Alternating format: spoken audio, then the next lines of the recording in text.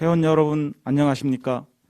대한변협 선거관리위원회가 주관하는 제51대 대한변호사협회 협회장 후보자 정책토론회 진행을 맡은 이백수 변호사입니다. 오늘 토론회는 선거가 일주일 앞으로 다가온 시점에서 각 후보자의 공약을 검증하고 회무 운영에 관한 후보자의 의견을 듣고자 마련한 자리입니다.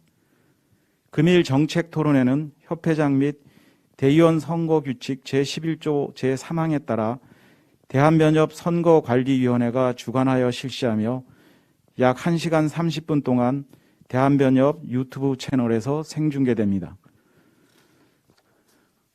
오늘 토론회에는 기호 2번 조현욱 후보와 기호 4번 이종엽 후보자께서 불참을 통보하셨습니다.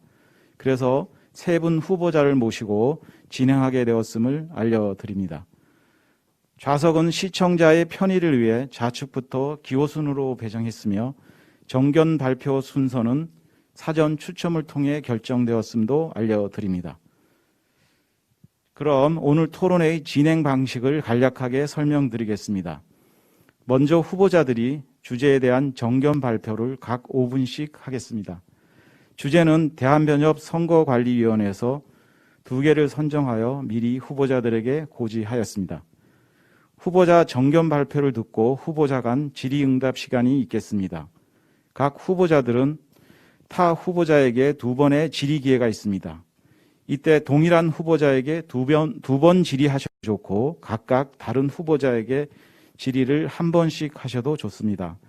단 질의는 2분 이내, 응답은 3분 이내로 진행하셔야 합니다. 또한 후보자 간의 질의응답은 선착순으로 진행되니 타 후보자의 정견 발표를 잘 들으시고 질문 사항을 메모하셔서 토론회 진행에 차질이 없도록 해주시기 바랍니다. 아시다시피 이번 선거는 후보자가 5명으로 역대 협회장 선거 중 가장 많은 후보자가 출마했습니다.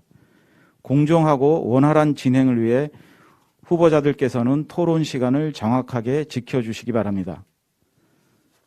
생방송인 관계로 주어진 시간이 끝나면 마이크가 꺼지도록 조치해 두었습니다. 5초가 남았을 때 사회자가 알려드릴 테니 시간 내에 발표를 마무리해 주시기 바랍니다. 자, 그럼 토론회를 시작하겠습니다.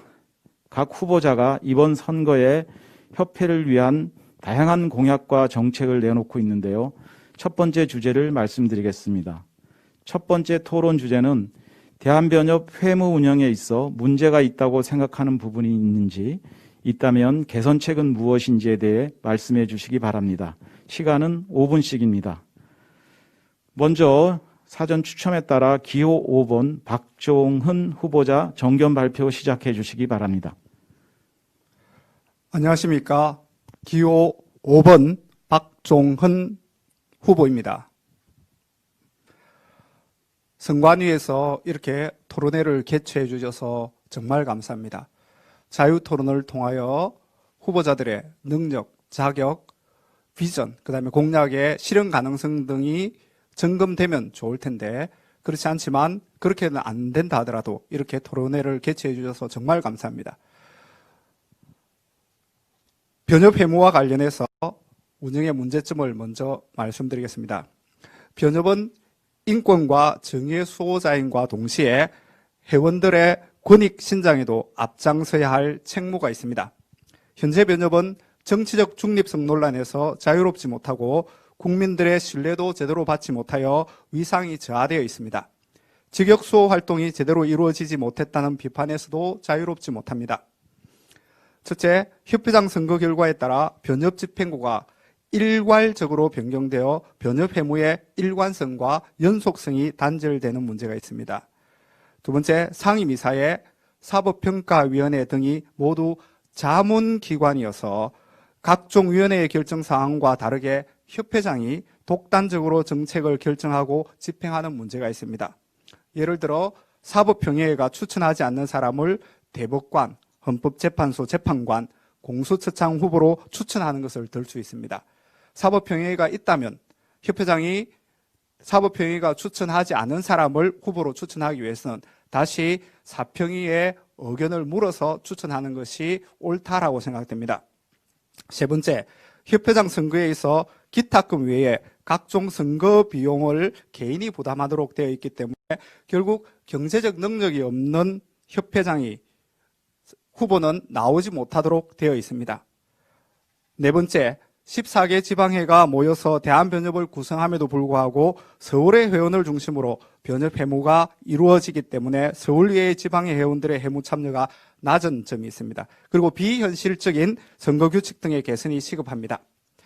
변협 회무에 대한 개선 방향과 관련해서 법치주의를 위협하는 모든 상황에서 침묵하지 않고 변협의 목소리를 분명하게 내겠습니다. 변협이 국민의 눈과 귀, 입이 되어 권력의 비판자로서의 역할을 제대로 수행할 때 국민들로부터 신뢰를 받고 변협의 위상도 높아집니다. 동시에 인권과 정의의 수호자라는 변협의 사명을 실천하겠습니다. 직역 침탈에 대응하는 직역수호 활동은 결국 입법 활동에 연결됩니다. 저는 협회장으로서 직역수호 활동의 최전선에서 직접 대국회 입법 활동을 전담하겠습니다. 동시에 상설기구인 입법지원센터를 변협에 설치하여 입법 활동을 전폭적으로 지원하겠습니다.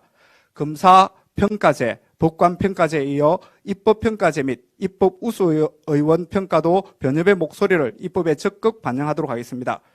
위헌적인 입법에 대해서는 과감히 소송을 통해 위헌 입법을 바로잡겠습니다. 저는 선거를 목적으로 일회성으로 활동한 것이 아니라 이미 5년 전부터 직접 소송을 제기하여 법률 직역수호 활동을 추진해 왔습니다. 변리사회의 대한특허변호사회 회장 제명 처분 무효 확인 소송도 제가 대리하여 1, 2, 3심 모두 승소하였습니다. 뿐만 아니라 법인세법, 소득세법상 세무조정 업무에 대한 헌법 소원을 대리하여서 헌법 불합치 결정을 받은 사실도 있습니다.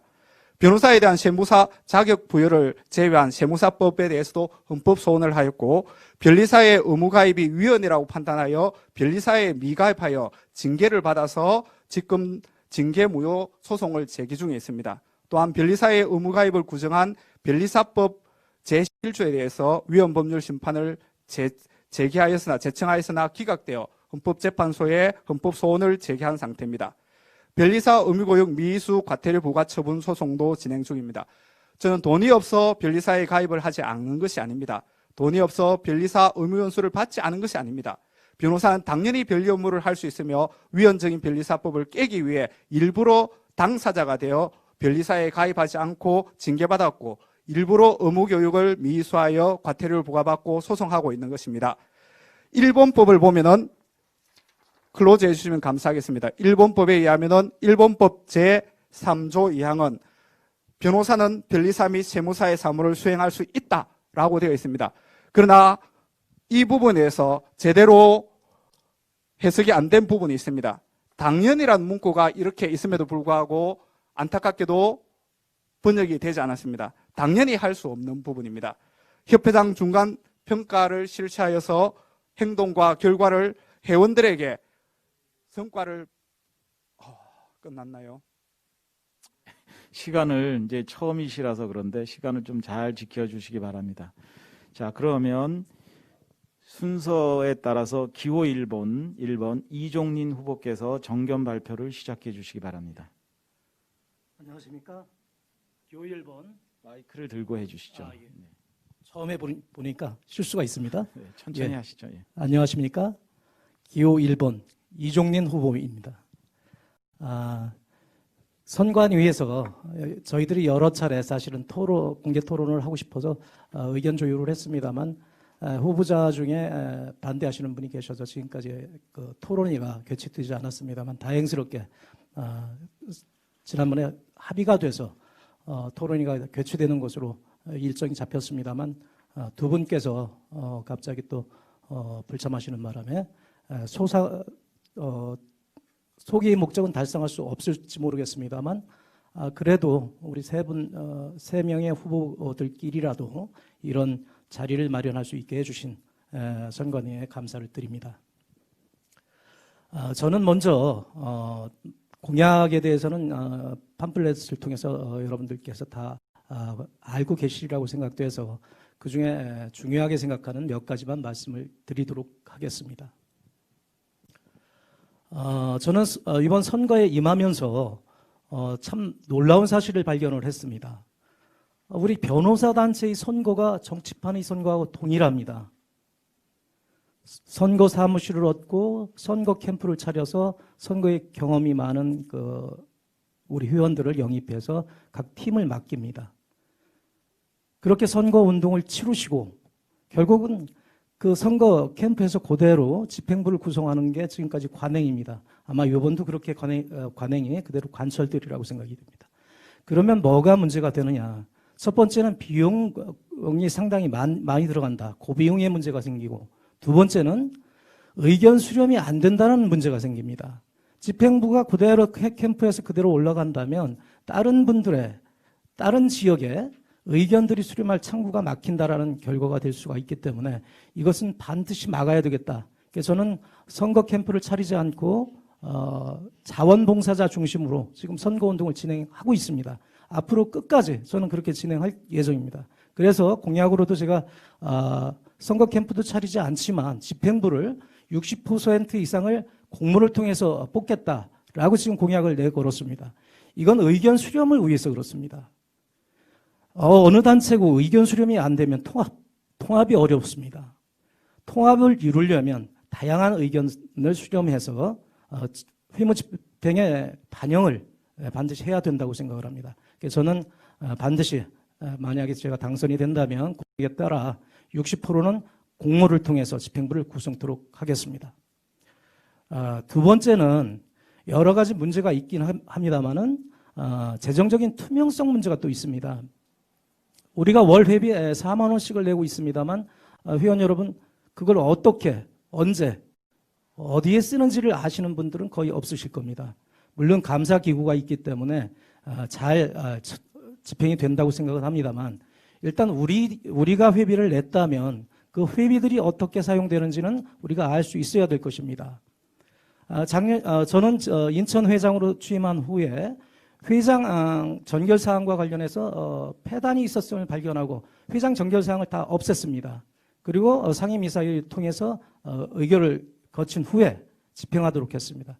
그 결과 19년도에는 2억 7천만 원의 수익을 창출을 해서 2억 원은 공로금으로 3천만 원은 유가기금으로 적립을 할 수가 있었습니다. 그리고 지난해에는 아마 전국에서 저희가 유일할 겁니다. 9개월간 월회비 전액 다 면제를 했고요.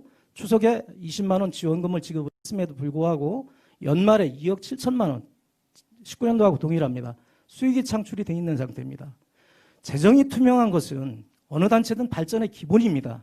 그래서 저는 우리 대한변협도 투명한 재정의 투명성을 위해서 매월 결산 내역을 공지해서 회원들이 직접 이를 감독할 수 있도록 하겠습니다. 세 번째는 아까 통합을 말씀을 드렸습니다만 통합을 이루려면 우리가 여러 일을 해야 되기 때문에 통합을 이루어야 되는데 집행부의 자기 희생이 필요합니다. 저는 협회장이 당선이 된다면 제 급여 일체를 반납해서 청년 변호사 기금을 만들 것입니다. 청년 변호사 기금을 만들고 거기에 수익금 중 일부를 대서 그다음에 우리 대형 로펌과 우리 선배님 뜻 있는 선배님들을 찾아가서 성금을 모금한 후에 이를 재원으로 청년 변호사들에게 개업자금 중 일부를 장기 저리로 대출해 드릴 예정입니다. 이와 같이 해야만 따뜻한 대한변협이 이루어질 것입니다. 감사합니다. 네, 수고하셨습니다. 가급적 시간을 잘 지켜주셨습니다. 네. 네, 다음은 기호 3번 황용환 후보자 정견 발표 시작해 주시기 바랍니다. 안녕하십니까. 기호 3번 황용환 후보입니다. 조금 전에 이종린 후보께서 말씀하신 것 같이 저도 상당히 공감한 우리 지금 변협의 선거 방식에 대해서 공감하는 바가 있어가지고 마침 어떻게 같이 캠프를 차리지 않고 지금 운영하는 것은 아마 같은 방식이 되어버렸습니다. 이거 우연히 일치라 할 수 있겠습니다만. 대한변협이 변호사들의 목소리를 대변하고 변호사들의 요구를 적극적으로 실천해야 하지만 현재의 변협이 과연 어떤 역할을 하고 있는지 우리 많은 회원들이 의문을 갖고 있습니다. 회원을 위한 회무가 아니라 회무를 위한 회무, 협회를 위한 회무가 운영되고 있지 않은가 하는 의구심이 있습니다. 일단 회무를 전념할 수 있는 전업협회장이 필요합니다. 말 그대로 오직 협회장 회무에만 전념하는 협회장이라는 뜻입니다. 그런데 우리는 지금 대한변협이 지금 사실상 제왕적 협회장이라 할 수 있습니다. 모든 것을 갖다가 협회장이 거의 독단적으로 처리하는 경우가 상당히 회원들한테 아마 보일 겁니다. 일단 변호사협회가 입법 과정에서 지금 제대로 힘을 쓰지 못한 이유는 정관계 진출을 목표로 이것저것을 기울이는 임원들 때문이라고 저는 생각합니다.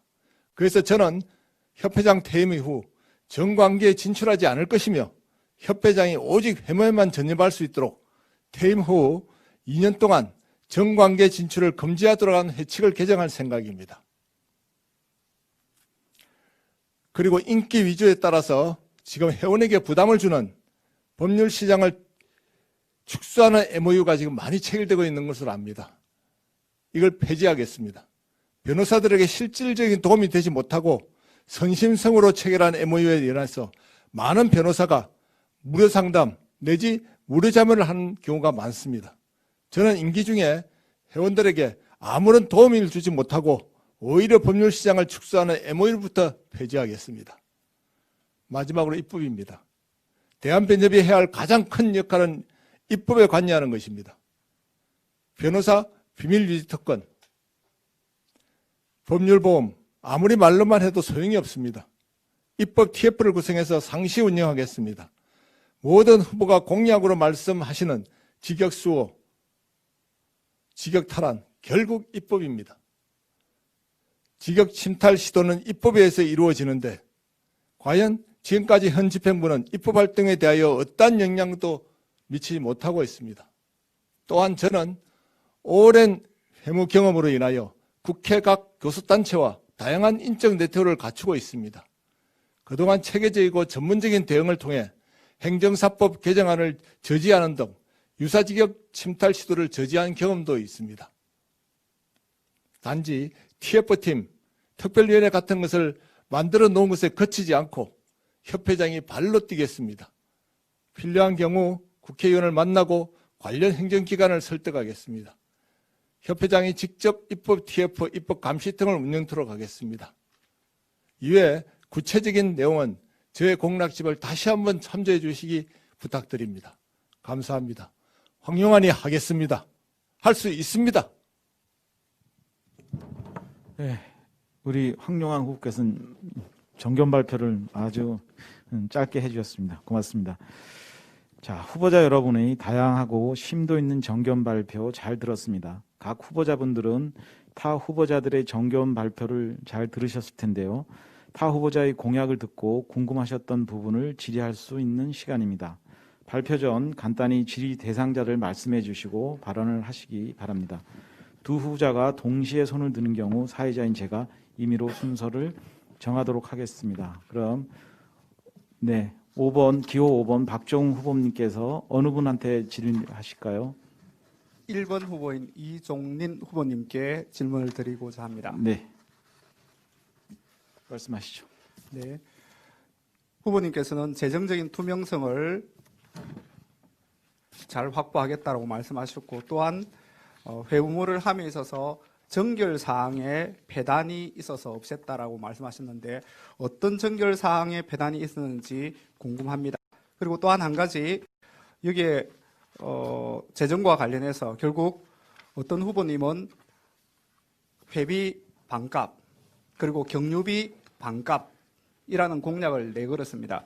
그런데 지방의 회장님 출신이시니 경유비하고 분담금의 구별은 하실 수 있을 것으로 생각되는데 지금 2019년 일반회계, 특별회계, 결산서 2020년 예산서에 보면은 관리비, 그러니까 인건비를 비롯하여 고정비가 47% 나갑니다. 47%나 되는데 반값 회비, 반값 경유비가 가능하다고 생각하시는지 그 두 가지를 묻고 싶습니다. 정결사항과 경유비 회비입니다. 예, 이 전결사항은 사실은 제가 참 말씀드리기가 껄끄러운 내용이긴 한데요.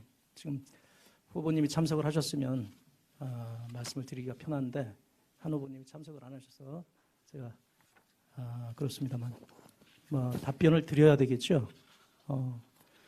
제가 회장에 저는 인천 회장을 하다가 이번에 출마를 했습니다만 당선이 돼서 바로 확인을 해보니까 다른 거가 아니고 지방회장 협의회라는 게 있습니다. 지방회장에 당선이 되면 1년에 한 7, 8번 지방회장들이 모여서 회무, 전체 우리 대한변협의 회무에 대해서 논의하고 대책을 강구하는 자문기구로 되어 있어서 그 자문회의를 하게 되어 있는데 1박 2일로 진행을 합니다. 그런데 그 비용이 2천만 원은 대한변협 예산에서 지원이 되고 나머지는 각 지방회에서 서울에선 400만 원, 나머지는 150만 원. 일부 회원 수가 150명이 안 되는 지역만 75만 원씩 일단 분담을 합니다. 일단 그 돈으로 공금을 만들어 놓고 1박 2일 중 당일 비용 일체와 다음날 조식까지는 지방회장 협의 지금 모아놓은 그 돈으로 지출을 하고 다음날 조식 이후의 비용은 각 지방 주최한 지방회의에서 부담을 하도록 되어 있습니다. 그런데 제가 처음 서울에서 지방회장협의회가 있어서 참석을 했더니 뭐 시스템이 이렇게 되어 있어요. 그 전까지는 전혀 몰랐습니다. 당연히 호텔비나 이런 거 부담하는 줄 알았는데 불행하게도 전임자이셨던 뭐 후보 중에 한 분이 계십니다만 호텔비, 숙박비, 호텔비, 교통비, 기타 비용, 잡비 뭐 이런 식으로 제가 계산해 보니까 2년간 한 1,000만 원 정도가 덜 되는 금액입니다. 그 금액을 전결 처리해서 지출을 했습니다. 그러니까 이 부분은 사실 저희 인천의 명예와 관련된 것이기 때문에 말씀드리기가 참 그렇습니다만 일단 질문이 들어왔고 저도 말씀을 드렸기 때문에 답변을 해드릴 수밖에 후보님 없었습니다. 그 부분은 예. 정리를 해주시고요. 네. 지금 시간이 다 됐죠. 자, 그러면 다음 후보자 중에서 질의를 하실 분 어느 분이 하실까요? 네, 이종린 후보님, 네, 질의해 주시죠. 아까 질문이 나온 얘기인데 제가 너무 길게 답변을 해서 다시 제가 역으로 질문을 드리겠습니다. 어떤 후보께서 이제 반값 경유비와 그 누구에게 월회비, 어느 후보님한테? 박종훈 후보님께 질문을 하겠습니다. 반값 경유비와 월회비에 대해서 그 공약으로 내거셨는데 경유비는 뭐 제가 지방회장을 해봤기 때문에 대한변협에서 관여할 수 있는 게 못 됩니다. 지방회 예산이기 때문에 반값이 됐든 뭐 그 이하가 됐든 지방회에서 그 전적으로 처리하도록 되어 있습니다. 월회비 분담금이라고 지금 말씀하셨는데 월회비는 물론 대한변협에서 관여할 수가 있겠습니다.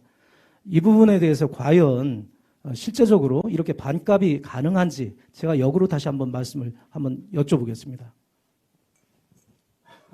제가 답변을 드리겠습니다. 조금 전에 말씀드렸다시피 그리고 1번 후보가 말했다시피 경유비는 지방회에서 경유하도록 되어 있고 받게 됩니다. 그렇기 때문에 대한변협이 경유비를 깎아준다, 낮춰준다 그렇게 할 수 없습니다. 지방의 일을 대한변협이 이래라 저래라 할 수 없습니다. 뿐만 아니라 지방회에서 대한변협에 부담하는 것은 회비가 아닙니다. 분담금입니다.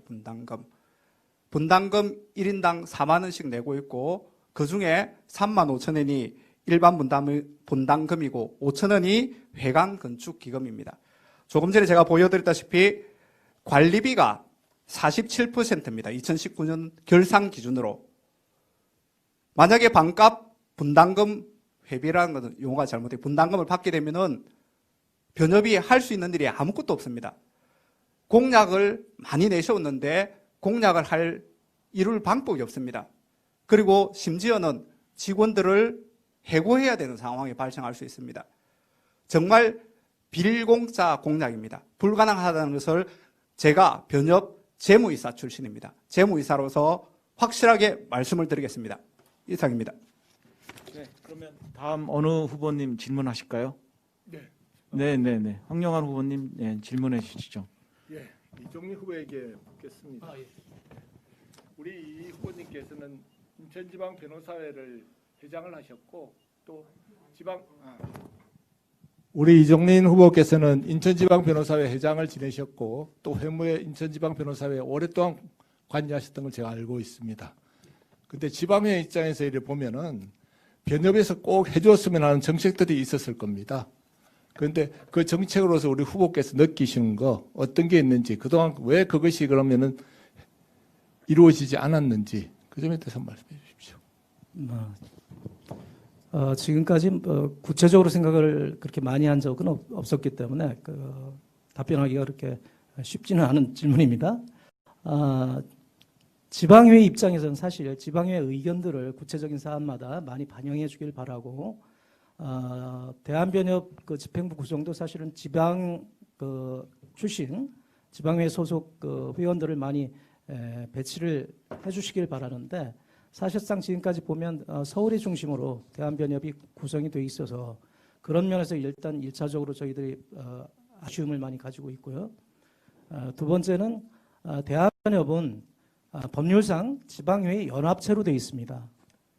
그렇다면 지방의 의견을 전적으로 수렴할 수 있는 제도를 갖춰야 되지 않나 싶습니다. 인적 구성뿐만 아니라 제도도 상당히 미흡한 게 아닌가. 지금 자문기구로 되어 있는 지방회장협의회가 그나마 지방의 의견을 수렴하는 역할을 하고 있긴 합니다만, 이것을 좀 더 보완해 주시기를 바랍니다. 예, 이상입니다. 우리 박정은 후보님 질의하시죠. 네, 황용안 후보님께서 발표하신 내용, 정말 협회장은 회무에 집중해야 되고 그 다음 자기의 자리를 욕심을 내거나 해서는 안 된다는 말씀에 저도 적극적으로 동의를 하고 감사를 드립니다. 또한 여기에 나오신 분들은 선거룰을 굉장히 잘 지키고 있다고 저는 생각하고 있습니다. 그런데 여기에 나오지 않으신 분들의 약간의 문제도 있으므로 제가 질문을 드리겠습니다. 협회장 선거는 다른 선거와 달리 법률가들의 선거입니다. 그럼에도 불구하고 일부 단체의 공개 지지서는 협회 임원의 선거 개입에 따른 중립 의무 위반, 선거 규칙을 위반한 변칙적인 선거 행위 등이 일어나고 있습니다. 이에 대한 후보자님의 의견을 묻고 싶습니다. 황용안 후보님 답변해 주시기 바랍니다. 저는 오랜 기간 동안 서울의 초대 사무총장 그리고 변협 사무총장을 지냈습니다. 그러면서 협회장 선거를 갖다가 수차례 지켜본 바가 있습니다. 그런데 지금 이번에 보면은 작금의 사태에 있어서 대외적 단체들이 변협 선거에 이렇게 개입한 적, 지지선을 한 적은 지금까지 제가 처음 보는 것 같습니다.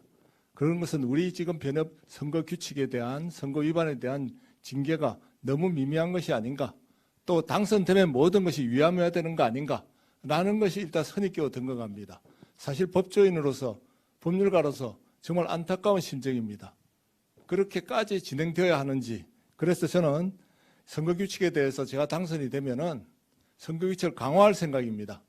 그리고 경고가 나든 하면은 이거 가차없이 경고 나는 시점에 전 회원들한테 공고하는 방식을 갖다 전 취했으면 하는 생각입니다. 그래서 회원이 알아서 정말 우리 협회장으로서 자질이 있는 분이 선출될 수 있는 방법이 되는 선거규칙을 갖다가 제정할 생각을 좀 가지고 있습니다. 예, 이종린 후보 말씀해 주시기 바랍니다. 황 후보님께 한 가지 여쭤보겠습니다. 아까 협회장에 대해서 정관계 진출 금지 규정을 두겠다 이렇게 말씀을 하셨는데, 의도는 뭐 저도 이해를 하겠습니다. 그런데 과연 그런 규칙을 제정을 하더라도 그게 실효성이 있을지 그 부분이 참 걱정이 돼서, 그 부분에 대해서는 어떤 생각을 가지고 계십니까? 예. 저는 2년이 아니고 지금 공약으로서 내가 협회장에 당선되었고 협회장 2년을 하게 되면은 그 다음에는 정관계 저 자신에 대해서는 일절까지 한 저 자신에 대한 다짐입니다. 그 다음에 회칙 개정은 적어도 법조인이 회칙을 위배한다면은 그분은 저는 법조인으로서 자격이 없다고 봅니다. 그리고 우리 변호사단체는 정치적 중립을 지켜야 되는 것은 국민을 위해서도 그렇고 우리가 나아가야 될 가장 큰 방향입니다. 만약에 변협이 어느 한 정치 세력의 편을 들기 시작한다면은 국민들은 우리 변협을 어떻게 바라볼 거며 우리 국민들이 불쌍하지 않겠습니까? 저는 그런 생각을 갖고 있습니다. 그렇기 때문에 변협은 비판하는 기관입니다. 그 후보님들 2번 질문권 다 사용하셨나요? 아직 사용하시지 않은 후보님들 없죠. 네, 2번 다 사용하셨죠. 근데 이게 지금 토론 시간이 한 10분 정도 남아서요. 한 번의 기회를 더 드리도록 하겠습니다. 공평하게. 자, 질문하실 후보님 말씀을 해주시죠. 더 질문하실 게 없으면 사회자가 질문을 간단하게 드려도 될까요? 어떻습니까, 후보님들? 네. 그 여러 가지 그 말씀을 해주셨는데, 일단 그 박종훈 후보님께 간단하게 질문드리겠습니다. 선거 규칙의 문제점을 지적을 하셨는데 어떤 부분을 구체적으로 개정을 어떻게 했으면 좋은지 의견을 말씀해 주시기 바랍니다. 기본적으로 선거규칙 제11조 제1항 2호 본문을 보면은 후보자의 경력, 학력, 소신 등을 기재한 문서도와 인쇄물을 개별적으로 발송, 기타 배포할 수 없다라고 규정이 되어 있습니다. 그래서 후보자들이 명함을 전달할 때 결국 이름과 기호 외에는 쓸 수가 없습니다. 그래서 명함을 전달해 주면은 회원들이 뒤도 보면서 공약과 이력은 어디 있나요? 라고 이야기합니다. 그러면은 죄송합니다. 공보부로 오면 보십시오. 라고 합니다. 회원들이 결국 선택할 때 경력, 이력을 굉장히 중요시 여기는 거죠. 그래서 후보자 입장에서는 경력과 이력을 쓰고 싶은 욕망이 생깁니다. 그러나 선거규칙은 명백하게 학력, 경력, 소신을 적지 못하도록 되어 있습니다. 이 규정은 회원들의 알 권리를 침해하고 있습니다. 그래서 어떤 후보는 접이식 명함을 이용하여서 실제로 이력 경력을 적어서 돌렸습니다. 지방에 거의 다 돌린 것으로 저희는 알고 있습니다. 결국 선거규칙이 잘못되었기 때문에 이런 위법한 행위가 일어났습니다. 그래서 제가 당선되면 이런 선거규칙을 개정할 것이고 가능하면 자유롭게 이야기할 수 있도록 선거운동할 수 있도록 그리고 이런 토론회가 정말 필요하거든요. 능력과 자격, 비전을 그리고 공약을 실현 가능할 수 있도록 할 수 있기 위해서는 이런 토론회를 자주 개최하여서 후보자의 능력, 자격 검증할 수 있는 그런 기회를 만들 생각을 하고 있습니다. 감사합니다. 네, 감사합니다. 자, 그러면 이종린 후보께 제가 또 질문을 하나 드리겠습니다. 그 후보님이 그 내세우는 공약 중에 제가 중요하다고 생각하는 것은 재정 투명성에 회무의 재정 투명성에 대한 부분을 여러 차례 강조를 하셨는데요. 만약에 협회장이 되시면 대한변협의 재정 투명성을 어떠한 방법으로 확보하실 생각이신지 말씀해 주시기 바랍니다. 네, 아까 말씀을 드렸습니다만 어느 단체든 투명하지 않고는 발전할 수가 없습니다. 당연히 대한변협도 투명성을 확보를 해야 될 텐데 지금까지 뭐 감사 기구가 있었기 때문에 투명성에 크게 문제는 없었다고 뭐 예상은 합니다만 그래도 회비를 내는 분담금을 내는 우리 저 박종호 후보님께서는 분담금이라고 얘기를 합니다만 지방회에서는 월 회비라고 얘기를 합니다. 월 회비를 내는 회원들 모두가 자기가 월 회비 4만 원을 냈는데 이게 언제 어떻게 어디에 쓰였는지를 알 수 있도록 하면 그게 혹시나 잘못 사용됐을 때는 우리 회원들 막 2만 5천 명 가까이 되지 않습니까? 그 많은 회원들이 감시를 할 수 있게 만들어야만 집행부도 더 긴장을 할 수밖에 없다. 저는 그렇게 생각합니다. 감시자가 많으면 많을수록 투명성은 더욱 확보가 되기 때문에 저는 매월 결산 내역을 협회 홈페이지에 게재를 해서 우리 회원들이 모두 보시고 혹시나 잘못이 있다든지 의아스러운 점이 있으면 협회에 바로 문의를 해서 시정을 요구하거나 이해를 받을 수 있도록 이렇게 하는 것이 필요하다라고 생각을 합니다. 그런 점에서 저는 아까 말씀드린 것처럼 매월 결산 내역을 협회 홈페이지에 반드시 게재할 수 있도록 하겠습니다. 지금 대한변협은 감사라는 감시기구를 두고 있는데요. 그러면 감사 외에 다른 기구도 설치하실 생각이 있다는 말씀이신지? 그런 의미는 아니고요. 네. 결산 내역을 매달 네. 협회 홈페이지에 게재를 해서 공시를 해서 회원들로 하여금 확인할 수 있도록 하는 것이 좋겠다. 왜냐하면 회원들은 사실 그 매월 월 회비를 분담금이라고 해도 좋겠습니다만 월 회비를 내지만 실제로 이게 어디에 사용됐는지는 1년에 한 번 정기총회 때 한 번 알 수가 있습니다. 결산 내역을. 그러나 그 정기총회에 참석하신 분은 그렇게 일부에 지나지 않기 때문에 나머지 회원들은 사실상 깜깜한 속에서 그 내역을 알지 못하기 때문에 이의를 제기할 수도 없습니다. 그래서 저는 누구나 쉽게 접근해서 확인할 수 있도록 협회 홈페이지에 매달 결산 내역을 공고하겠다라고 말씀을 드리는 것입니다. 네, 예. 잘 들었습니다. 황용환 후보님께 간단하게 또 질문 하나 드리겠습니다. 황 후보님께서는 그 각종 협회장이 선심성 MOU를 체결해서 그 실효성이 없는 그런 이제 MOU가 체결된다는 문제점을 지적을 하셨습니다. 그러면 황 후보께서 협회장이 되시면 이 MOU의 폐단 이런 것들을 어떻게 방지하실 것인지 의견을 말씀해 주시기 바랍니다.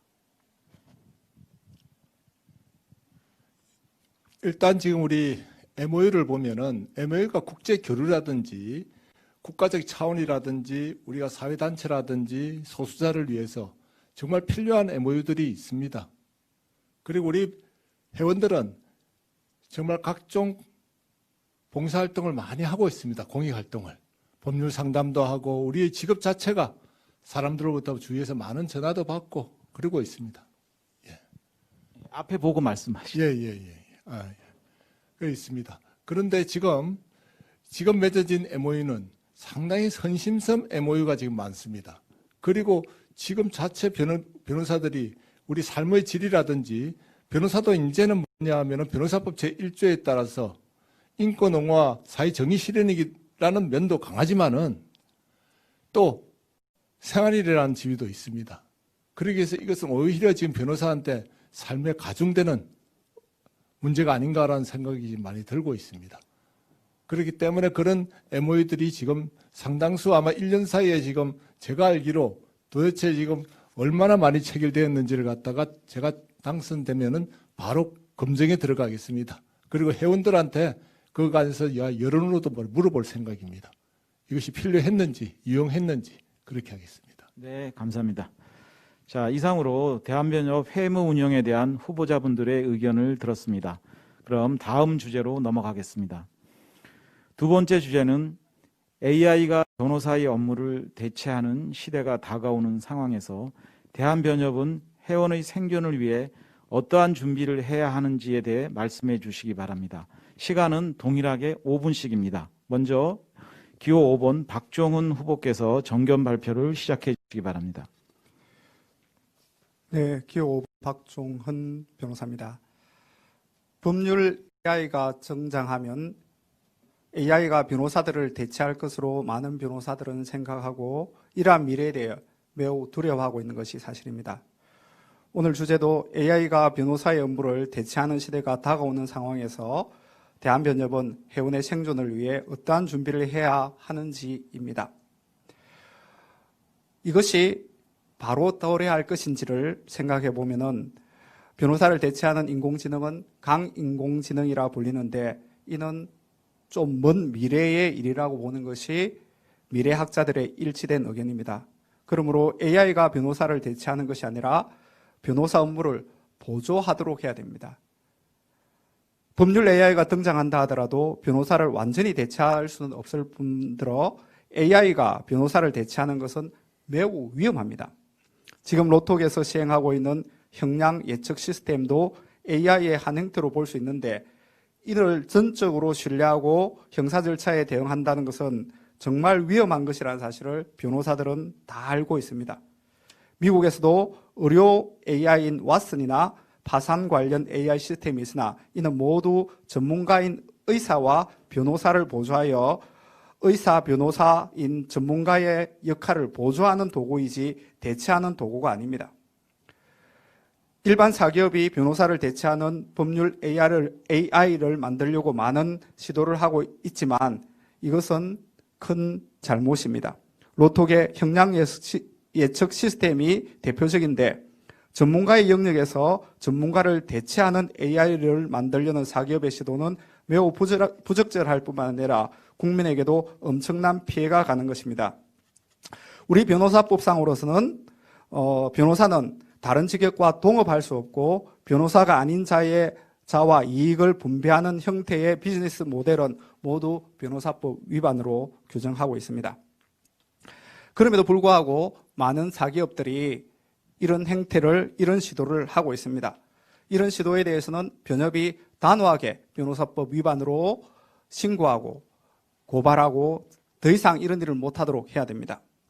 미국의 왓슨이나 파산 AI와 같이 전문가인 변호사의 역량을 강화하고 보조하는 시스템으로 AI는 설계되어야 하고 그것이 궁극적으로 국민들을 위한 올바른 방향입니다. 그러므로 법률 AI도 변협이 주도적으로 제작 운영하여야 합니다. 형사 범죄의 양형은 정형화된 몇 가지 조건만 입력해서 단순하게 판단할 수 있는 것이 아님에도 불구하고 현재 로톡의 형량 예측 시스템은 일반인의 호기심과 궁금증을 자극하는 방식으로 사실 불법적인 광고를 하고 있습니다. 로톡, 네이버 엑스퍼트 같은 온라인 플랫폼은 회원들의 정당한 권익을 침해하는 것은 물론 국민들에게 부정확한 정보를 제공하여 법조 시장을 혼탁하고 어지럽게 하는 심각한 문제가 있습니다. 사기업이 윤을 추구하여 온라인 플랫폼을 만들 경우 변호사법 위반의 문제를 피해갈 수 없습니다. 따라서 온라인 플랫폼 역시 변협이 주도하여 변호사법 위반의 문제를 해결하고 변호사의 업무를 보조하는 형태로 만듦과 동시에 전문가인 변호사를 플랫폼에 종속시키지 않도록 해야 할 것입니다. 이런 부분에 대해서 사실 아직까지도 잘 모르는 부분이 많고 사실 저도 잘 모릅니다. 그래서 전문가들을 모아서 변협이 연구하고 좋은 AI를 개발하도록 변협이 주도적으로 하겠습니다. 이보다 먼저 법원의 판결문 등 자료를 변호사들이 쉽게 접근할 수 있도록 법원과 협력하고 법원 판결문을 쉽게 제공받을 수 있는 시스템을 개발하겠습니다. 법원 도서관 및 국회 도서관의 전자자료 시스템과의 연계 등을 통하여 회원들이 보다 편리하게 업무를 수행할 수 있도록 법원, 검찰, 국회, 정부와도 유기적인 협조를 통하여 법률 사무의 전자화, 리글테크 추진에 앞장서도록 하겠습니다. 감사합니다. 네, 수고하셨습니다. 자, 그러면 다음은 기호 1번 이종린 후보께서 정견 발표를 시작해 주시기 바랍니다. 기호 1번 이종린 변호사입니다. 참 이 주제는 저도 그렇게 깊게 생각을 하지 못한 주제라 답변이 좀 미흡하리라고 예상이 됩니다. 어떻든 준비한 대로 말씀을 올리도록 하겠습니다. 우선 AI 출연을 우리가 막을 수는 없을 것입니다만 상당 부분 지금도 AI에 의한 변호사 업무 영역이 상당히 구체적으로 실현돼 가고 있는 과정으로 알고 있습니다. 특히 정형화되어 있는 명도소송, 대여금, 손해배상 사건에서는 소장을 작성하는 단계까지 거의 이른 것으로 알고 있는데 어떻든 추세가 앞으로는 그 AI에 의한 상당한 직역 침해를 막을 수는 없지만 현 상태에서는 이를 지연시킬 필요가 있다. 우리 회원들을 위해서는 그런 차원에서 먼저 말씀을 드리겠습니다. AI 개발을 위해서는 어떻든 학습 데이터를 획득을 해야 됩니다. 학습 데이터 획득을 차단을 한다면 AI 개발을 하기가 어려울 수밖에 없습니다. 근데 학습 데이터를 취득하는 가장 쉬운 길은 상담을 통해서입니다. 즉 로톡이나 네이버 엑스퍼트 등을 통해서 우리 회원들께서 상담을 해주시면 그 내용들이 그대로 입력이 돼서 저장이 돼서 학습 데이터로 활용이 되는 것이 현실입니다. 그렇기 때문에 우리 대한변협에서는 로톡이나 네이버 엑스퍼트 등 플랫폼을 상대로 변호사법 위반의 여지가 있다면 앞으로도 계속 형사고발 등 강력한 조치를 취해 나가고 그리고 가장 중요한 것은 우리 대한변협에서 우월성 있는 플랫폼을 주도적으로 만들어서 이런 사업자들이 사업상 이득이 발생되지 않도록 하여 자동적으로 사업을 접도록 하는 것이 가장 중요하지 않을까 싶습니다. 물론 예산 문제가 있긴 합니다만은 어떻든 이렇게 해서 사업을 접도록 한다면 우리가 주도적으로 AI를 개발할 수도 있고 아니면 다른 업체에서 타 업체에서 AI를 통한 변호사 직역 침해를 어느 정도 지연시킬 수 있지 않을까 생각이 됩니다. 그리고 만약에 AI에 의해서 우리 직역이 어쩔 수 없이 잠식이 될 수밖에 없다면 판례 검색이나 법령 확인 같은 것은 AI를 통한 확인이 가장 간편할 것입니다. 이를 적극적으로 우리가 활용할 수 있도록 대한변협이 시스템을 갖춰서 우리 회원들에게 무상으로 이를 제공할 수 있도록 하는 것이 적절해 보입니다. 또한 제도적으로는 AI를 통한 소송이 문제가 되는 것은 나홀로 소송입니다. 이를 막기 위해서는 변호사 강제주의를 취하고 변호사 강제주의를 취할 경우 비용 부담 문제가 있기 때문에 제가 공약으로 넣습니다만 국민법률보험제도를 같이 도입해야 될 것이다. 즉 저희들은 아직 상고심도 변호사 강제주의가 도입되지 않은 상태이긴 합니다만 국민법률보험제도를 국민건강보험제도하고 동일하게 국민법률보험제도를 도입을 해서 평시에 우리 국민들께서 극히 적은 금액만 납부하시고 법률 문제가 발생이 됐을 때 같이 국민법률보험공단에서 수임료 중 대부분을 부담을 하고 개인은 일부만 분담케 한다면 억울한 일이 있어도 고비용의 수임료 때문에 그 권리구제를 포기하시는 분들이 계실 텐데 이러한 폐단을 막을 수도 있으며 변호사 강제주의를 취하더라도 국민들께서 크게 부담을 느끼지 않으실 수도 있겠다라는 생각이 듭니다. 그래서 저는 변호사 강제주의 공약에는 상고심에 국한됐습니다만 AI 시대에 대비해서는 1심과 항소심까지 포함한 전신급의 변호사 강제주의를 도입하고 아울러 국민법률보험제도를 같이 도입하는 것이 좋겠다라는 생각이 듭니다. 그런데 이와 같은 제도의 변화는 입법 과정을 통해서 가능하기 때문에 입법을 위해서는 우리가 국회를 통한 설득이 필요할 것이라고 생각이 됩니다. 그래서 제가 공약에도 넣습니다만 직전 지방회장님들을 당연직 부협회장으로 모셔서 그분들이 회장직을 수행하면서 쌓은 인적 네트워크를 활용해서 이를 입법으로 연결시켜야 되겠다라고 생각을 합니다. 예, 마치겠습니다. 네, 수고하셨습니다. 다음에는 기호 3번 황용환 후보께서 정견 발표해 주시기 바랍니다. 예, 기호 3번 황용환입니다. AI와 플랫폼이 시대적 흐름인 것은 분명해 보입니다. 그러나 그 발전 방향에 관해 갖고는 우리가 진지한 고민을 지금 시작해야 될 시대라고 봅니다.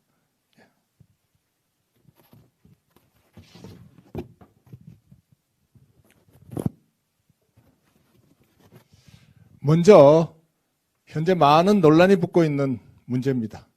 변호사법을 위반하는 업체들은 변협 차원에서 엄정하게 대처하여 법조계가 자본에 잠식당하는 일이라든지 자본의 노예가 되는 일은 막겠습니다. 즉 변호사의 품격과 자존심을 지켜야 될 것으로 봅니다. 그리고 플랫폼으로 인한 변호사의 쇼핑, 덤핑, 수익 건절을 위한 제도적 장치를 마련하겠습니다. 변호사들이 자신을 알릴 창구의 필요성은 저도 절감하고 있습니다. 이에 변협 차원에서 공공 플랫폼을 만들자는 논의가 오래전부터 계속 있어 왔습니다. 그리고 제가 사무총장 시절에도 이 논란을 했습니다. 그러나 여기에는 두 가지 내지 여러 가지 문제점이 있었습니다. 하나는 뭐냐면 형평성의 문제, 그리고 또 나아가서 과연 비즈니스의 문제에 있어서 그런 차원의 문제를 갖다가 우리가 변협이 과연 할 수 있는가, 이 시스템 운영에 대해 또 많은 막대한 자금이 들어간다는 것도 저희가 알았습니다.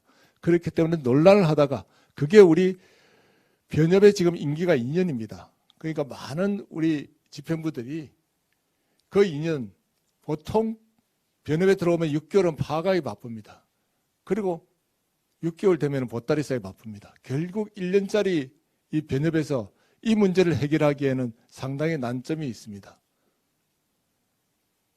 그렇기 때문에 저는 이 문제에 관해 갖고 종전에도 4년 전부터 계속 이 문제를 놓고 지금 고민해 왔고 앞으로도 반학 씨가 변협 회장이 된다면 이 문제에 대해서 적극 나아갈 생각입니다.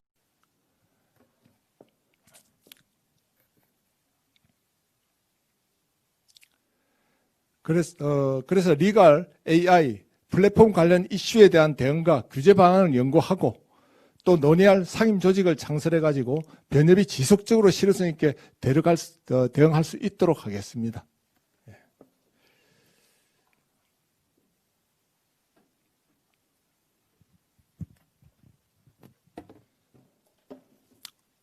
그리고 판넬을 보시면은 좀 그렇습니다.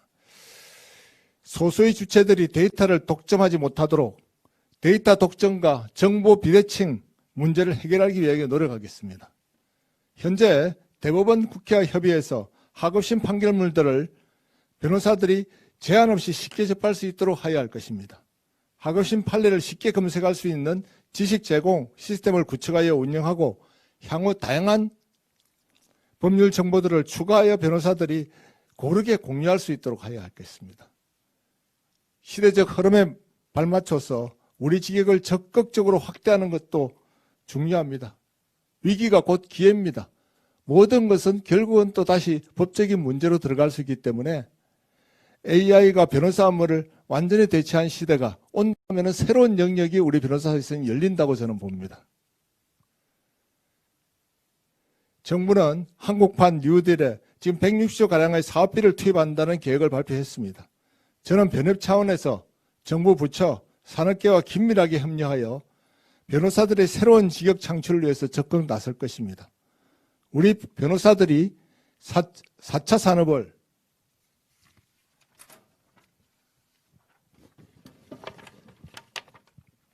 주도하는 전문가로서 거듭날 수 있도록 다음연의 교육도 지원할 생각입니다. 그리고 우리는 계속 연구해 나가야 합니다. 연구하지 않고 창의력이 없다면 우리 조직은 정말 사멸할 수 있을지도 모릅니다. 그렇지만 우리가 모두 함께 이 문제를 개척해 나가면은 그리고 연구해 나가면은 우리 변호사의 새로운 시대가 장이 열린다고 저는 확신합니다. 그래서 변호사들의 생존권을 넘어 직역이 확대되는 일은 바로 이 문제하고 결부되어 있다고 저는 생각합니다. 예, 이상입니다. 자, 그러면 주제에 대한 정견 발표는 잘 들었고요.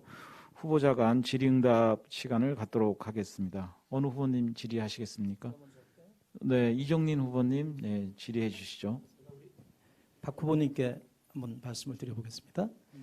예, 대한변협이 이제 주도적으로 AI를 만드는 게 좋겠다라고 말씀을 하셨는데, 네. 저도 사실은 그 생각은 동의하면서 이 예산 문제가 어떨까 싶어서 재무이사를 지내셨기 때문에 예산이 많이 소요될 걸로 보여서 예산은 어떻게 우리가 대한변협 예산 범위 내에서 가능할지 이거에 대한 생각이 있으셨으면 한번 답변을 구합니다.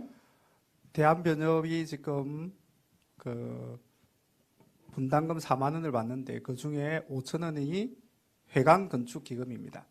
회관 건축 기금으로 지금 많은 금액이 쌓여 있습니다. 그리고 실제로 회관을 옮기기 위해서 작년에 이번 집행부에서 총회를 개최를 요구했으나 개최가 되지 않아서 회관을 옮기지 못했습니다.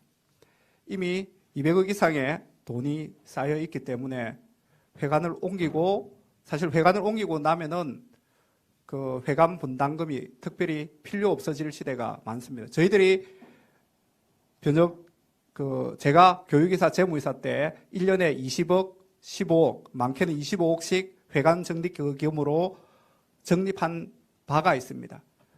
회관 적립 기금이 더 이상 필요 없어지면 그 돈으로 충분히 개발할 수 있습니다. 무엇보다도 개발해야 되는 이유가 있습니다. 논문을 저도 찾아보고 읽어봤는데 법률 AI가 개발되었을 때 가장 큰 타격을 받는 업종은 변호사가 아니라 판사라는 겁니다. 그래서 법원이 지금 법률 AI를 만들고 있습니다. 돈을 투입하고 있습니다. 그런데 법원이 법률 AI를 만들면은 변호사가 없는 나홀로 소송이 될 수 있는 그런 AI를 만들려고 하고 있습니다. 지금 우리가 빨리 법률 AI를 만들지 않으면은 완전히 변호사가 거의 필요 없는 시대가 될 수 있습니다. 그래서 우리는 돈을 투자해서라도 적극적으로 법률 AI를 만들어야 됩니다. 심각하고 정말 중요한 부분입니다. 답변이 되셨습니까? 네, 제 질문하셔도 됩니다. 지금 이제 회관 건립기금을 말씀을 하셨는데 회관 건립기금은 19년 말을 기준으로 해서 393억입니다. 제 기억으로는. 근데 그것은 회관 건립을 전제로 해서 축적이 되고 있기 때문에 현 상태에서 그걸 전용하기는 좀 어려울 걸로 보이고요. 그렇다면 지금 박 후보님께서는 지금 당장 그 AI에 대한 그 예산 편성은 어렵지만 나중에 추후에 회관 건립이 가능한 경우에만 그렇게 전용이 가능할 것 같다라는 답변으로 들어도 가능할까요? 아닙니다. 제가 말씀드렸다시피 회관 건축 기금으로 5천억은 적립이 됩니다. 그 외에 일반 회계에서 15억, 20억, 25억이 회관 적립 기금으로 결국 남아서 적립을 하고 있다는 겁니다. 그래서 그 돈으로 AI를 개발하는 것이 필요하다는 게 제 생각입니다. 일반 회계에서 남은 돈을 회관 건축 기금으로 특별 기금으로 넘기기보다는 그 돈을 이용하여서 법률 AI를 개발해야 된다는 말씀입니다. 다음 후보님 질문해 주시죠. 네, 박정훈 후보님 질문하시죠. 네. 저도 하여튼 선관위에서 정말 좋은 주제를 주셔서 이것 때문에 열심히 공부를 했습니다. 공부를 하다 보니까 알게 된 것이 조금 전에 말씀드렸다시피 지금 법원이 LG와 협약하여 많은 돈을 주고 법률 AI를 만들고 있다는 겁니다. 그런데 그 AI가 만들어지면은 변호사의 쓸 자리가 엄청 줄어들 수밖에 없다는 겁니다. 그래서 이 부분과 관련해서 우리가 적극적으로 나서야 된다는 게 제 소신인데 저도 이번에 알겠습니다. 근데 우리 이종린 후보님께서는 지연 방법을 택하는 게 좋겠다라고 말씀하셨는데 지연 방법을 택했을 때 법원이 만약에 개발했을 때 우리가 어떻게 대응해야 될지 그 부분에 대해서 조금 묻고 싶습니다. 제가 말씀드린 건 두 가지 트랙으로 말씀을 드린 겁니다. 일단 지연시키는 건 지연시키고 대책을 강구하는 건 강구하자라는 취지인데 가장 중요한 건 사실 저도 우리 박 후보님 의견하고 동일합니다. 우리가 주도적으로 할 수 있다면 당연히 지금이라도 당장 AI를 개발을 해야 됩니다만 저는 박 후보님하고 조금 생각이 틀립니다. 예산 문제가 상당히 큽니다. 박 후보님께서 그 제모하실 때는 한 20억 남았는지 모르겠지만 19년도 말 기준으로 일반 예산은 8억 3천 정도가 남았습니다. 이거 가지고는 이 AI 개발하기가 너무 부족합니다. 그래서 이 부족한 비용을 재원을 우리가 확보를 하려면 이것만 가지고는 부족하고 사실은 회관 건립 자금 중에서 일부를 전용할 수밖에 없을 걸로 보이는데 그럴 경우에는 사실 회관 건립이 지연이 될 수밖에 없어서 그럴 경우를 대비한다면 투트랙으로 가야 되지 않겠냐. 우리가 자금을 모으는 데까지는 일단 지연책을 써야 될 것이고 자금이 확보가 된다면 우리가 주도적으로 AI를 개발해야 되리라고 생각을 하고요. 그리고 아까 말씀드린 것처럼 최종적으로 법률 제정을 통해서 서포트가 돼야 되겠습니다만 변호사 강제주의와 국민 법률보험 제도를 도입을 한다면 AI에 우리가 그렇게 의존하거나 무서워할 이유가 전혀 없다라는 게 저희 생각입니다. 마치겠습니다. 자, 그러면 아직 질문권을 안 쓰신 후보께서 질문을 또 하시겠습니까? 두 분 할 수 있도록 네, 돼 안 있잖아요. 쓰신 분은 해도 된다는 얘기입니다. 황 후보님 먼저 하시겠습니까? 자, 이종린 후보에게 묻겠습니다. 아까 변호사법 위반하는 플랫폼에 대해서는 강경 대응하셔야 된다고 하셨죠. 저도 그 점에 대해서는 동감입니다만은 그런데 지금 현행 플랫폼들과 관련해 가지고 자본력에 의한 변호사 광고에 지금 양극화 현상이 일어나고 있습니다. 우리 회원들 아마 이 문제가 지금 굉장히 심각할 겁니다. 특히 청년 변호사들. 그래서 이게 지금 수입료 경쟁을 통해서 덤핑 수입이 지금 많아지고 이로 해서 국민에 대한 법률 서비스의 품질 저하, 법적의 자본 잠식 등에서 지금 문제가 많고 또 현재 이걸 운영하는 사설 단체들이 보면은 거기 보면은 지금 상당히 뭐 돈을 많이 내면은 자주 나오고 상위 나오고 결국 그 문제가 저희가 옛날에 4년 전에 우리 박정훈 부도사와 같이 그때 집행부를 했습니다만은 그때 제가 고민하다가 이 문제를 해결을 못했던 겁니다. 공정성 문제. 어떻게 하면 광고를 저렴하게 해갖고 우리 특히 청년 변호사들을 도울 수가 있을까? 그 문제입니다. 그럼 후보님께서는 이 문제는 어떻게 생각하십니까? 이건 이제 우리가 가야 될 길 아닙니까? 아까 말씀드린 것처럼 장기적으로는 우리가 우월성이 있는 플랫폼을 만들어서 우리 회원들에게 무료로 제공하는 게 맞겠죠. 우리가 분담금을 납부를 하기 때문에 가급적이면 무료, 그게 어렵다면 연가로 제공을 하는 것이 우리 회원들이 손해를 방지하는 유일한 방법 아닌가 싶습니다. 그래서 아까 말씀드린 것처럼 단기적으로는 지연책을 쓸 때 장기적으로는 우월성이 있는 플랫폼을 우리 대한변협이 주도적으로 만들어서 플랫폼 사업자들이 사업상 이익이 생기지 않는다면 자동적으로 사업을 접을 수밖에 없게 됩니다. 그렇게 만드는 것이 우리의 유일한 대책이라고 저는 판단하고 있습니다. 그게 청년 변호사들을 위한 길이기도 하리라고 생각을 합니다. 마치겠습니다. 네, 박종훈 후보님 질문하시죠. 네, 황 후보님께서 말씀하신 법원으로부터 판결문 등을 변호사들이 입수할 수 있어야 된다라는 부분에 대해서 저도 동의를 합니다. 근데 그 방법이 어떻게 하는지 사실 궁금합니다. 그 이유는 법률 AI를 개발하기 위해서는 제일 중요한 것이 데이터입니다. 데이터를 많이 가지고 있는 사람이 제대로 된 법률 AI를 만들 수 있습니다. 그런데 대부분의 자료는 법원이 가지고 있습니다. 공개되는 판결문은 굉장히 적습니다. 그래서 변호사가 제대로 된 AI를 개발하는 게 쉽지 않습니다. 법원이 자료를 가지고 있기 때문에 법원이 지금 개발을 하고 있는 중입니다. 그래서 저는 하급심 판결문을 비롯하여 모든 판결문을 변호사가 입수할 수 있어야 된다고 생각합니다. 그래서 그 데이터를 이용하여서 제대로 된 법률 AI를 우리 변협이 주도적으로 만들어야 되는데 어떻게 법원으로부터 데이터를 받을 수 있을지 그 방법이 궁금합니다. 예. 사실 저희 지금 변호사들이 하급심 판결문을 받으려면은 판결 하나 받는다고 1,000원씩 들어갈 겁니다. 그러니까 상당한 많은 검언이 들어가고 있습니다. 그런데 이걸 갖다 법원에서는 지금 판사님들은 그냥 자기 책상에서 자유롭게 보고 있습니다. 어떤 면에서 어떤 형평성이 차일 수 있습니다. 같은 법조인으로서. 그리고 이거는 국민에 대한 알 권리 차원이기도 합니다. 그렇기 때문에 이거야말로 정말 우리가 입법으로서 풀어야 될 문제입니다. 지금. 그러려면은 대국회 문제 그리고 국민의 여론 형성의 문제 결국 그것은 뭐냐 하면 협회장이야 임원들의 어떤 경륜과 네트워크와 또 지방 변호사회와 같이 합쳐서 우리가 모두 함께 이 문제를 갖다가 입법화 시켜야 될 겁니다. 이거 입법 없이 많은 비용을 다 줄 수는 없습니다. 저는 그래서 제가 협회장이 되면은 바로 이 문제와 관련해 갖고 우리 전 변호사들이 지방 변호사 다 합쳐서 어떤 TF가 되든 위원회가 되든 뭘 해갖고 적극적으로 나서는 거 그걸 갖다가 갈 생각입니다. 네, 아까 황 후보님께서 지식정보 시스템을 대한변협에서 만들겠다라고 얘기를 하셨는데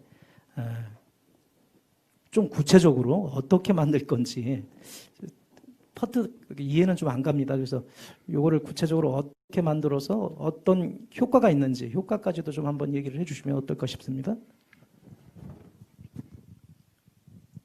제가 생각한 것은 지금 지식 제공 시스템을 지금 조금 전에 말씀하신 것 같습니다. 여기에는 하나 일부가 바로 판결 지금 하고심 판결문이 해당될 수 있습니다. 지식 제공을 갖다가 우리 회원들한테 나눠주겠다. 그런데 그거 외에도 지금 굉장히 많습니다. 아까 제가 판넬에서 잠깐 보여드렸을 마치 지금 경제계에서부터 해가지고 소위 말해갖고 이게 지식된 집책이 지금 크라우드 문제 아닙니까? 우리 한국이 지금 대한민국이 지금 전 세계적으로 지금 지금 딸리는 부분이 바로 뭐 구글이라든지 아마존 이쪽보다 지금 클라우드까지 제대로 형성되지 않았다는 거 아닙니까? 그렇기 때문에 그렇지 않으면 나중에 결국은 예속되고 예, 바로 자본의 노예가 됩니다. 그렇기 때문에 저희가 지금 해가야 될 것이 바로 이거 이제 지식 제공이라는 것은 판결문은 하나밖에 해당되죠. 그중에 일부에 해당밖에 되지 않는다. 그 외에 지금 온비드라든지 지금 엄청나게 많이 지금 제공되는 부분들이 있습니다. 이것을 변협이 더 크게 수용해가지고 이런 자료들도 지금 제공할 수 있는 그런 시스템을 지금 해야 되겠다는 생각입니다. 자, 질문을 다 하셨죠? 네. 또 한 5분에서 7분 정도 시간이 남아서, 네. 제가 이번에는 세 분들한테 공이 똑같은 질문을 한번 드려보겠습니다. AI 시대가 도래했고 그 AI로 인해서 국민들은 그 저렴한 비용으로 소장이나 이런 법률 문서를 작성할 수 있게 되어 가고 있습니다. 비용도 많이 들지 않죠. 그런데 그 부분도 중요하지만 사실은 이 변호사 내에서 법률 정보의 이 편중으로 인한 사실 변호사 양극화가 이 AI 때문에 도래되고 있다는 그런 지적이 많습니다. 그래서 하급심 판결도 말씀하셨고 기타 법률 정보 얘기도 후보님들께서 다 말씀을 하셨는데 이 변호사 내부에 있어서 우리 회원 간에 있어서 법률 정보의 양극화 문제를 협회장님이 되시면 어떻게 일단 가장 간단한 초기 단계에서 어떻게 하실 건지 지금 어떤 대형 로펌은 법률 정보의 접근이 굉장히 수월하고요. 개인 변호사들은 황 후보님이 말씀하신 것처럼 뭐 1,000원 정도 주고 또 시간을 뭐 기다려야지만 하급심 판결 하나 검색할 수 있고 열람할 수 있는데 이러한 양극화, 부의 양극화가 아니라 정보의 양극화에 우리 대한변협은 어떻게 해야 되는지 박정훈 후보님부터 간단하게 말씀을 해 주시죠. 네, 제가 5번인데 오늘 1번을 뽑아서 계속 제가 먼저 말씀을 드리게 되는데 사실 거기에 대한 보관은 제가 가지고 있습니다. 2009년에 제가 서울의 교육이사 때 온라인 연수원을 처음 오픈했습니다. 그것이 제대로 활성화되었으면은 많은 변호사님들이 쉽게 전문 지식을 습득할 수 있었을 겁니다. 지금 대한변협에도 로엠비하고 아니라 EBS하고 관계되어 있죠. 그래서 사실 제가 로엠비에게 이미 이야기를 하고 제가 당선이 되면은 서로 협력을 하자라고 사장님께 연락을 드렸습니다. 로엠비에 있는 자료만 우리 변호사들이 쉽게 이용을 할 수 있으면은 어느 정도의 자료의 문제는 해결될 수 있다고 생각됩니다. 그래서 우리 25,000 지금 유권자가 25,000명 정도 되는데 이 회원들이 로엠비의 자료를 낮은 비용, 적은 비용 아니면 변협에서 부담해서 이용할 수 있는 그런 방법들을 강구할 생각을 하고 있습니다. 어쨌든 네네 아까 우리 이종림 후보님 말씀하신 걸 한 가지 제가 말씀을 드리면은 회관 건축 특별 예산안이 2020년에 있습니다. 여기 보면은 일반 예산으로서 전입금이 10억이 잡혀 있습니다. 그 전에는 10억 원이 잡혀 있습니다. 일반 회계에서 회관 건축 기금으로 보내지 않으면 그 돈으로 AI를 개발하는 데 사용할 수 있습니다. 회관 건축 기금은 그해 2020년 예산안으로 420억이 있습니다. 이것으로 회관을 건축하는 시드머니는 충분히 된다고 저는 생각합니다. 이상입니다. 네, 수고하셨습니다. 자, 이종린 후보님. 아마 제가 말씀드린 건 우리 박 후보님 그 19년도 기준으로 제가 금액을 말씀을 드렸는데 아마 작년 기준으로 해서 조금 더 금액이 늘어난 걸로 보입니다. 어떻든 그 로엠비를 이용해서 저렴한 비용으로 우리 회원들이 정보를 얻을 수 있다면 그것도 하나의 방법이라고 생각이 됩니다. 그러나 가장 중요한 것은 우리 스스로 정보망을 확보를 해서 무료로 우리 회원들에게 제공할 수 있다면 그 방법이 제일 적절하지 않을까 싶습니다.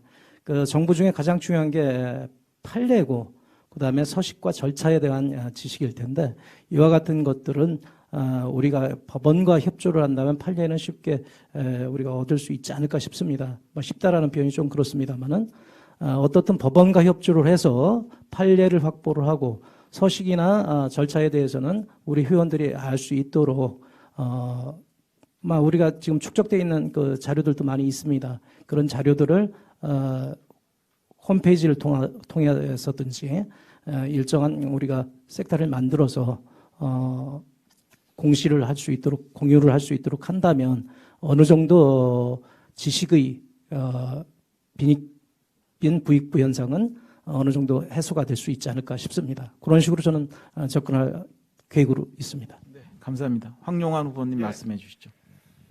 제가 아까 마이크를 들고 말씀을 하시죠. 판넬로 보여드렸습니다만은 사실 변협은 법정단체이면서도 공익단체이고 변협이 그렇게 재정이 그렇게 튼튼한 단체는 아닙니다. 그렇기 때문에 결국은 변협은 정부 각 부처와 산업계가 긴밀히 소통, 협력해갖고 나가야 될 겁니다. 그리고 지금 정부 주도하는 법률 서비스가 상당히 있습니다. 지금 판례 검색만이 아니고 그 사업에 정부에 투명하게 공개하라는 요구가 이제부터 변협이 직접 시작해야 될 겁니다. 각 부처에 따라서, 부처에 대해서. 그리고 대법원에 대해서는 이 국회와 관련해가지고 지금 조금 전에 말씀들하신 하급심 판례, 예. 이거는 각자 통합 DB화 지금 시키는데 우리도 같이 참여하자라는 방법을 갖다가 강구해 나가야지 될 걸로 저는 생각하고 있습니다. 그래서 대한변협이 지금 상당히 각 분야들마다 데이터 지금 독점이 되어 있지만 그건 국가적 낭비입니다. 이 여론이 국민들 간에 지금 여론 조성이 가장 절실하다고 보입니다. 그렇지 않으면 정보의 비대칭 이거 해소될 길이 상당히 어렵습니다. 그런 차원에서 우리가 이제부터는 국회에 대한 입법, 늘 입법이죠. 입법에 대한 문제, 그다음에 대국회, 그다음에 경제계, 그다음 우리 또 뭐 상당히 우리 변협에서 우리 법조계에서는 지금 대형 로펌들 같이 고민하고 같이 지금 나아가자도 협조하는 그런 지금 체제가 되어야 될 걸로 생각합니다. 하도록 하겠습니다. 자, 주제별 정견 발표 및 후보자 간의 질의응답이 모두 끝이 났습니다. 이번 선거는 역대 가장 많은 후보자가 참여한 선거인데요. 이번 후보자 정책 토론회가 유권자들께서 협회장 후보자 선택에 조금이나마 도움이 되었으면 하는 바람입니다. 마지막으로 각 후보자들에게 아까는 제가 5분이라고 말씀드렸는데 3분 동안 발언할 기회를 드리겠습니다. 이번에는 기호순으로 발표를 해주시기 바랍니다. 3분을 지켜주시기 바랍니다. 예, 반갑습니다. 제가 드디어 1분을 획득했습니다. 예, 참 드릴 말씀은 여러 가지입니다. 법조인은 무엇보다 원칙과 약속을 중시하는 직역 아니겠습니까? 우리는 원칙에 입각해서 선거도 해야 되고 협회장이 됐을 때 회무도 원칙에 입각해서 처리를 해야 될 것입니다. 근데 선거에 임하면서 원칙을 위반하는 그러한 일이 계속 발생이 된다면 이건 법률가의 자격이 없다고 저는 생각합니다. 전 조현욱 후보께서 2번이나 약속을 위반하셔서 제가 최초로 고발을 했습니다. 고발한 것에 대해서는 구두 경고 조치가 취해졌습니다. 명함건에 관련돼서. 그러나 계속 시정을 하지 않으시고 그 이상의 과한 행동을 하셔서 저희 세 후보가 모두 공동으로 다시 한번 고발을 했고 조현욱 후보께서도 저를 제외한 나머지 세 분을 또 맞고발을 하셨습니다. 저는 아마 원칙에서 벗어난 일이 없어서 고발을 못하신 걸로 보입니다. 제가 자랑하고자 말씀을 드리는 것이 아니라 법률가로서 그리고 대한변협의 수장이 되겠다는 사람으로서는 원칙을 당연히 준수할 수 있도록 해야 마땅할 것이고 오늘 이 토론회도 마찬가지입니다. 5인 모두 합의가 돼서 오늘 이 자리가 마련이 됐는데 이종혜 후보께서는 어제 밤 늦게 참석하지 못한다는 사유를 들어서 통보를 하셨고요. 조현욱 후보께서는 시작되기 한 30분 전에 참석하지 못하겠다라는 이유 설명도 없이 통보를 하셨다고 하는데 이와 같이 약속을 쉽게 생각하시는 분들은 과연 우리 대한변협을 이끌 수 있는 자격이 있다고 볼 수 있는지 전 매우 의아하게 생각을 하고 대한변협 회장이 된다면 누구든 정치적 중립은 지키되 우리 회원들이 권익을 위해서 목소리를 항상 낼 수 있도록 준비를 해야 마땅하다고 생각을 합니다. 그런 목소리를 내기 위해서는 당연히 자기가 원칙을 준수를 해야 그 힘이 실릴 것이고 우리 회원들도 따라올 것이라고 저는 확신합니다. 이런 면에서 저는 원칙을 끝까지 지키면서 이 선거에 임하겠습니다. 마치겠습니다. 감사합니다. 네, 기호 3번 황용환 후보님께서 3분 동안 말씀을 해주시기 바랍니다. 예. 저는 대학교 1학년 때 첫 법학 통론 시간에 법이란 무엇이냐라는 교수님의 질문에 많은 고민을 하면서 답을 말씀해 주셨습니다. 정의다. 그거는 동서양이 막론하고 똑같습니다. justice. 그 말이 제가 살아온 법조인으로서 제가 변호사가 되어야 되겠다는 생각을 가지게 되었고, 변호사로서의 삶이 어렵고 긍지와 보람을 가질 수 있고 조금 더 욕심을 내면 국민에게 사랑과 존중을 받는 삶이 되기를 늘 바라왔습니다. 그런데 요즘 이건 조금 아닌 것 같습니다. 외국 로펌들이 지금 문호 개방에 따라서 물밀듯이 들어와 있고 유사 직역들은 소송 대리권을 요구하고 있고 그 와중에 법조 브로커 역시 기승을 부리거나 있지 않는가라는 의구심이 있습니다. 그리고 또 우리 많은 젊은 변호사들이 고용노동자들이 근로조건은 사실 좋아지는 것 같지는 않습니다. 그러면 과연 우린 대한변협이 그동안 무슨 일을 했는지 기억이 잘 나지 않습니다.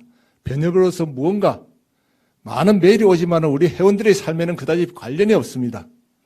1년 동안 적지 않은 회비를 납부하지만 그 돈이 어디에 쓰이는지 또 무엇을 하는지 사실 회원들의 1년 내내 협회장 얼굴 한번 보기 어렵습니다.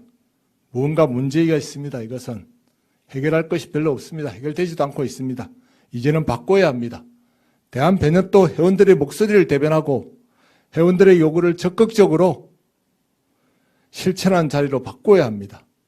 저는 그동안 회원님들의 목소리를 대변하기 위해서 행동해 왔습니다. 2016년 행정사법을 개정해서 변호사들의 직역 침탈을 시작했을 때 행정사법 개정 저지 비상대책위원장으로서 해당 법안을 폐기시켰습니다. 아마 우리 변호사 사이에서 집단 행동으로 폐기시킨 것은 이것이 유일할 것이 아닌가 생각이 듭니다. 저는 무엇보다 변호사를 위한 변형을 만들겠습니다. 정치에 기울이지 않고 당당하게 변호사의 소신을 밝힐 수 있는 그런 변형을 만들겠습니다. 법원 검찰로부터 회원들이 비밀 유지 의무와 관련해가지고 지금 부당한 대우가 있다는 이야기가 들어오고 있습니다. 이건 협회장이 직접 나서 싸워야 될 문제입니다. 잘못된 제도에 대해서 성명서나 달랑 하나 발표하고 그러면 안 된다고 봅니다. 회원들 앞에서는 우리 협회장이나 임원들은 한없이 겸손하고 회원 여러분들을 위해서 단호한 그런 협회장이 전 되고 싶습니다. 정치권의 눈치를 보지 않는 그런 말하고 행동하는 협회장이 되겠습니다. 그래서 우리 모든 회원들이 시험에 합격한 날, 그날부터 변호사라는 이름의 긍지와 자부심을 느꼈던 그 마음을 다시 한번 같이 하겠습니다. 저의 모든 것을 걸어 변호사의 긍지와 자부심을 되찾겠습니다. 수고하셨습니다. 자, 박종훈 후보님, 3분간 말씀해 주시기 바랍니다. 네, 아무리 시간이 없어도 오늘 이 자리를 마련해 주신 선관위에게 감사를 드리고 또한 약속에 따라 여기에 참여해 주신 1번, 3번 후보님께 진심으로 감사를 드립니다. 2013년 변협행정사법 개정저지 비상대책위원회 위원을 시작으로 하여 저는 2015년 변호사직역대책특별위원회 위원으로 활동을 하였을 뿐만 아니라 지난 6년간 꾸준히 직역 수호를 위해 직접 소송을 통해 법적 판단을 받아왔습니다. 그리고 지금도 세무변호사의 회장이고 그리고 5대 변호사 운영위원장으로서 직역 수호의 최전선에 있습니다.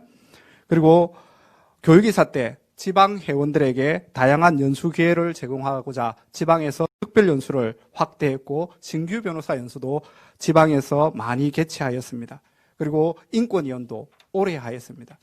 변협은 인권과 정의의 단체입니다. 인권과 정의를 수호하기 위한 노력들을 그동안 많이 해왔습니다. 제가 2007년부터 지금까지 13년간 변협 위원 활동을 했습니다. 상임이사로서 교육이사, 그리고 무엇보다도 중요한 재무이사까지 하였습니다.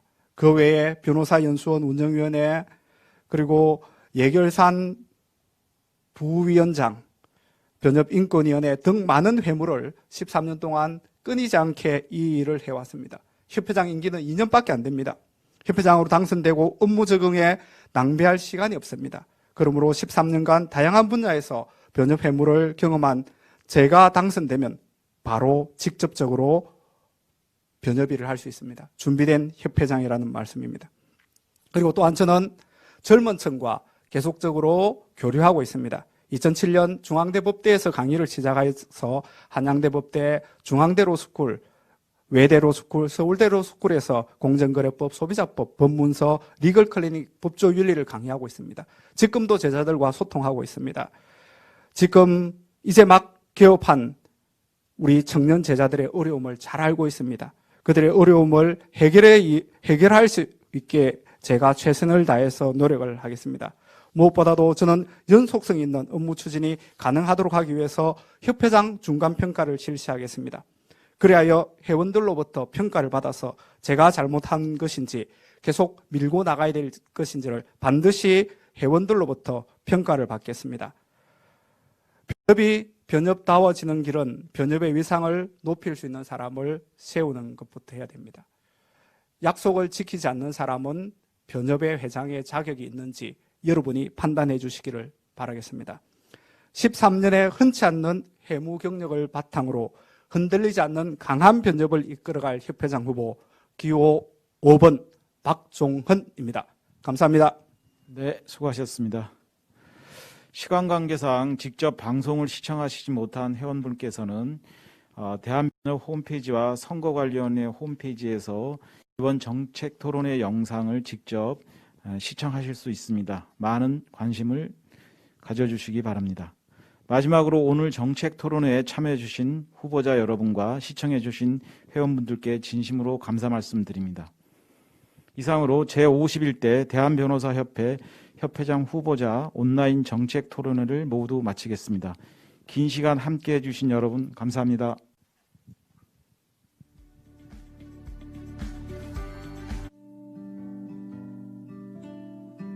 Light a candle or curse the dark.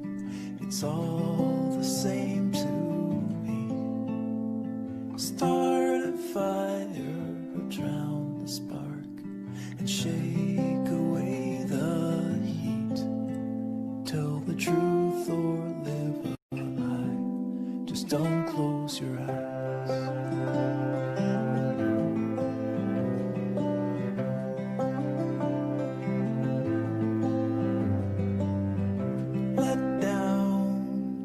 So spent, you've been holding up the world with your good intent.